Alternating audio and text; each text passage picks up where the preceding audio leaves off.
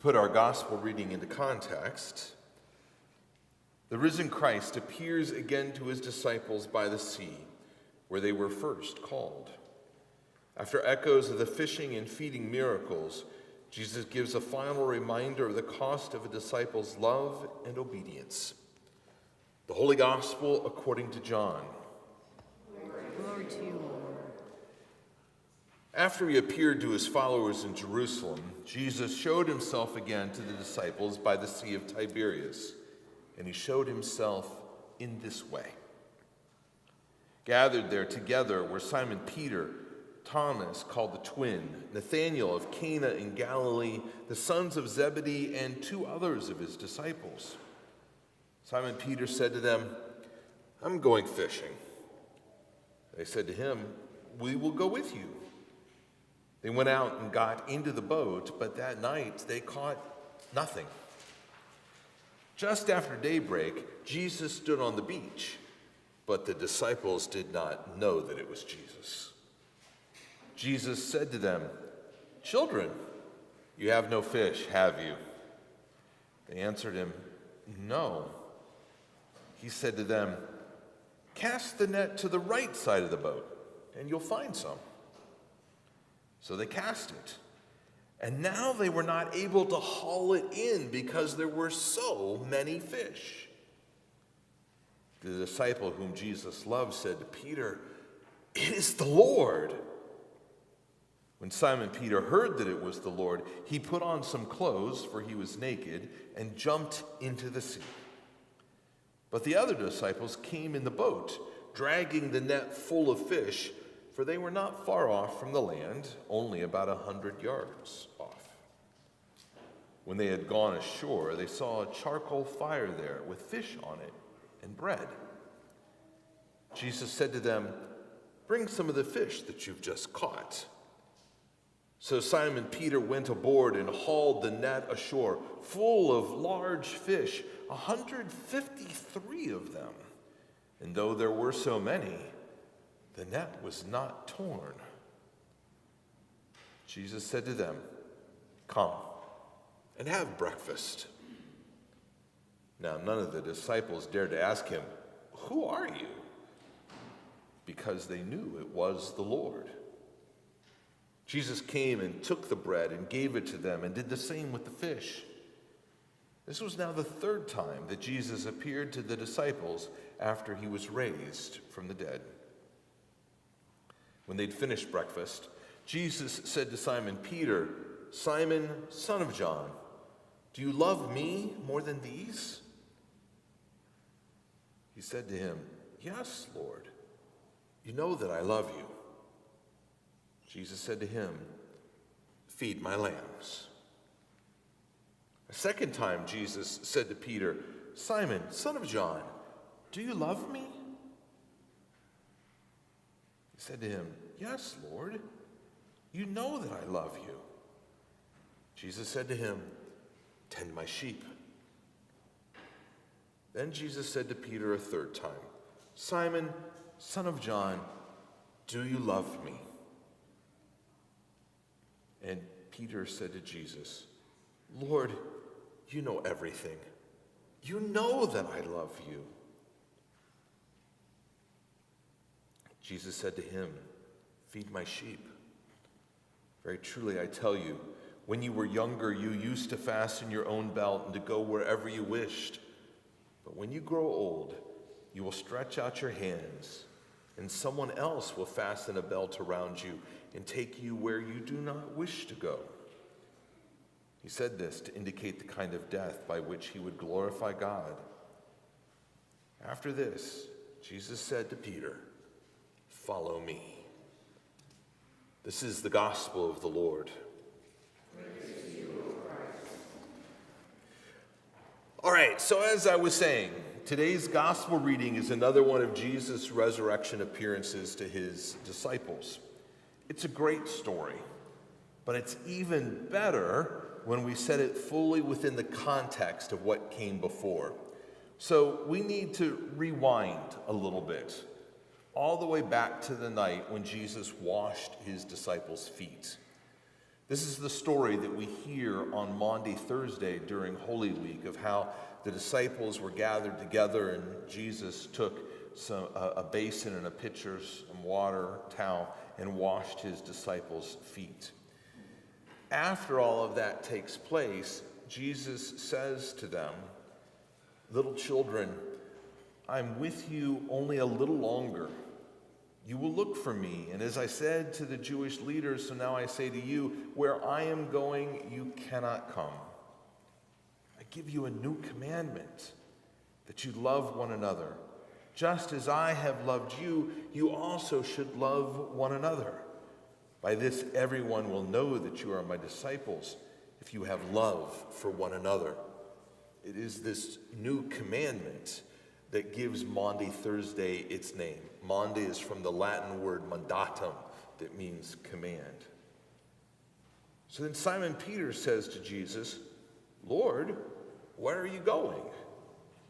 Jesus answered, "Where I am going, you cannot follow me now, but you will follow afterward." Peter said to him, "Lord, why can I not follow you now? I will lay down my life for you." Jesus answered, "Will you lay down your life for me? Very truly I tell you, before the cock crows, you will have denied me 3 times. Well, indeed, the account of Jesus' passion does make it clear that Peter was willing to lay down his life for Jesus. In the Garden of Gethsemane, where they went out to later, they come to arrest Jesus, soldiers and leaders from the Jewish authorities. And as they come out to arrest Jesus, Peter draws his sword and cuts off the ear of the slave of the high priest. It appears that this is the moment that Peter has decided when he's being called upon to lay down his life for Jesus. It's like he looks at what's going on and he says to the other disciples, "Okay, it's time, let's rumble. Okay, we're going to take care of this right now." But Jesus says, "Put your sword back into its sheath. You are not going to be laying down your life for me. Am I not to drink the cup that the Father has given me?" And we know on this side of the story that laying down one's life was what Jesus was about. That was the cup the Father had given him. So they arrest Jesus, take him away, and Peter and another disciple follow.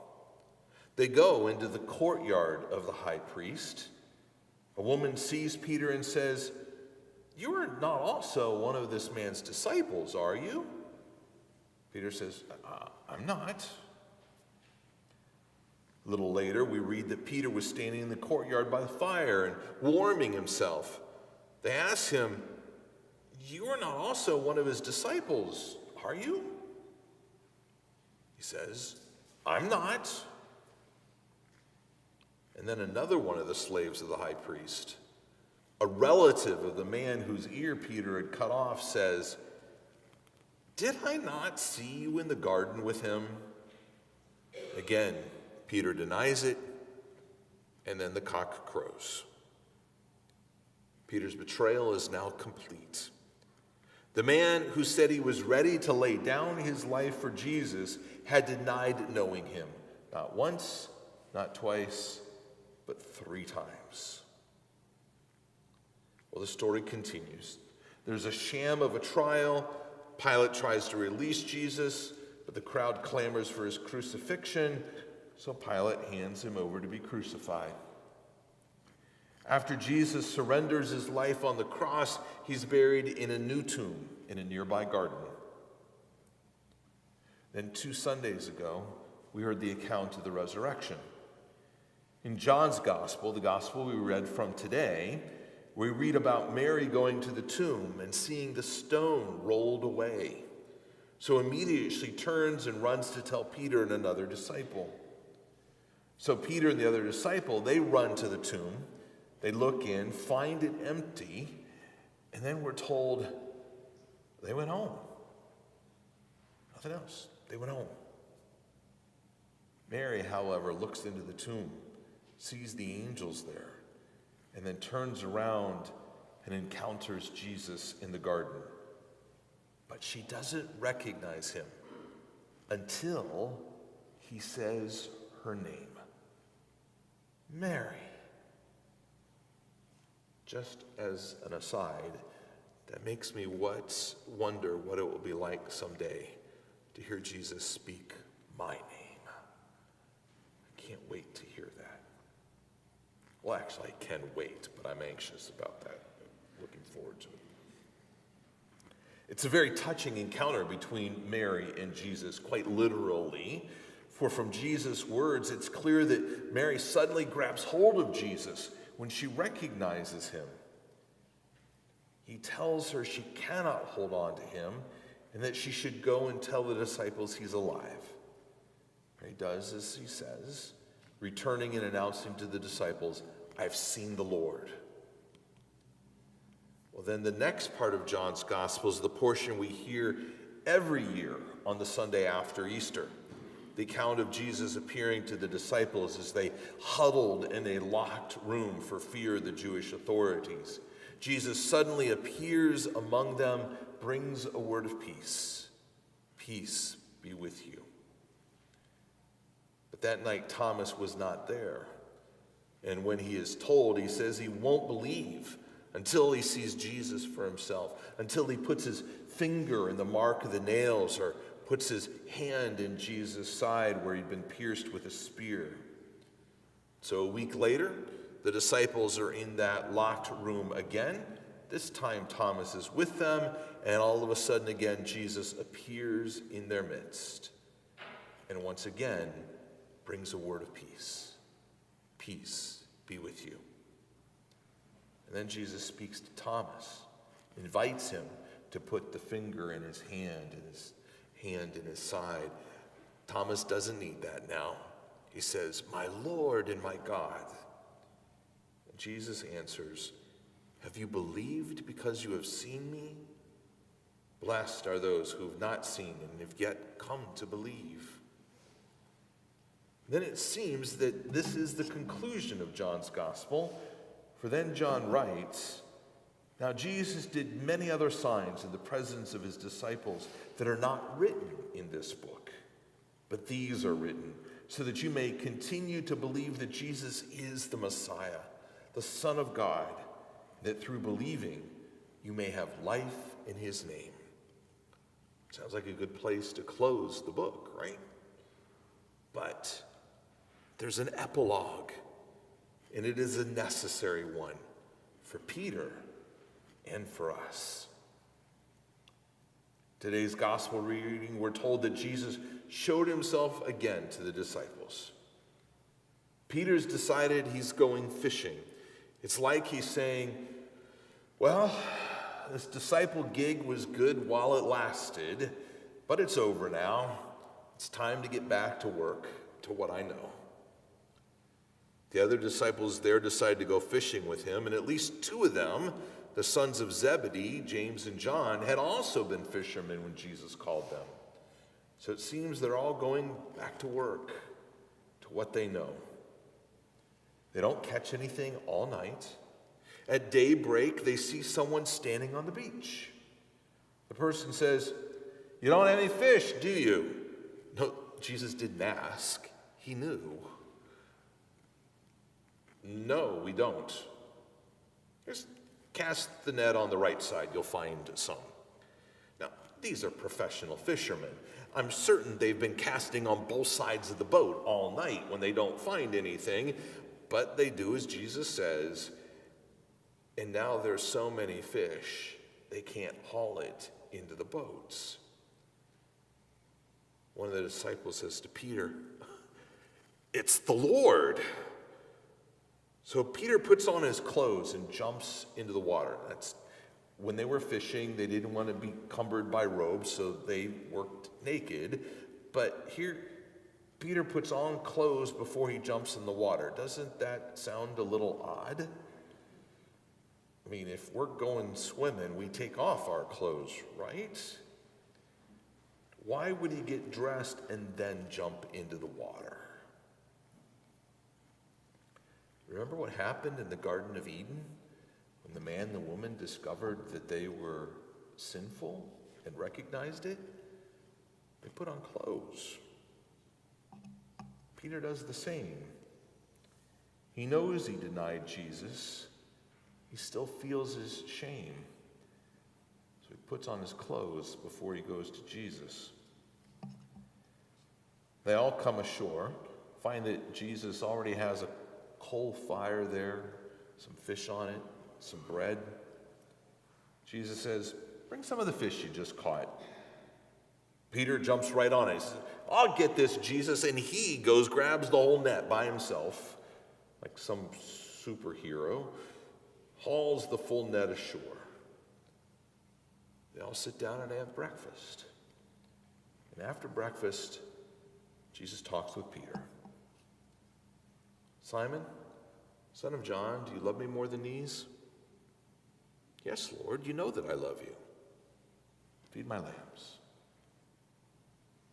"Simon, son of John, do you love me?" "Yes, Lord, you know that I love you." "Tend my sheep." "Simon, son of John, do you love me?" Now Peter's hurt. Why do you have to ask 3 times? "Lord, you know everything. You know that I love you." "Feed my sheep. Follow me." 3 times Jesus asks, once for every denial. Jesus gives Peter the opportunity to declare his devotion for each time he had denied Jesus. And then Jesus returns to where he had started with Peter. "Follow me." Jesus gives Peter a second chance. Notice, it's not a do-over. Jesus is not going to rewind things back to the high priest's courtyard and give Peter a do-over, a second chance to answer those questions. No. But Jesus does give Peter a second chance. Forgiveness is complete, and they start anew once again. And in so doing, it seems that Jesus is telling Peter that Jesus doesn't need Peter to lay down his life for Jesus, but he wants Peter to lay down his life with Jesus. Jesus calls Peter to follow him, to align his life with Jesus. And here, my friends, is the good news, the gospel. If Jesus gives Peter a second chance, then Jesus gives me a second chance. And if Jesus gives me a second chance, then Jesus gives you a second chance. And if Jesus gives you a second chance, then Jesus gives everyone a second chance. This is the good news of the gospel for the entire world. Not a do-over, but a second chance, all wrapped up in God's forgiveness. Today, Jesus invites us to breakfast, just like he did Peter and the other disciples on the shore of the lake. But instead of a meal of fresh-caught fish over a fire, Jesus invites you to a meal of bread and wine, his own body and blood. And as you eat this meal, hear once again the words of forgiveness and second chances, just as Peter did.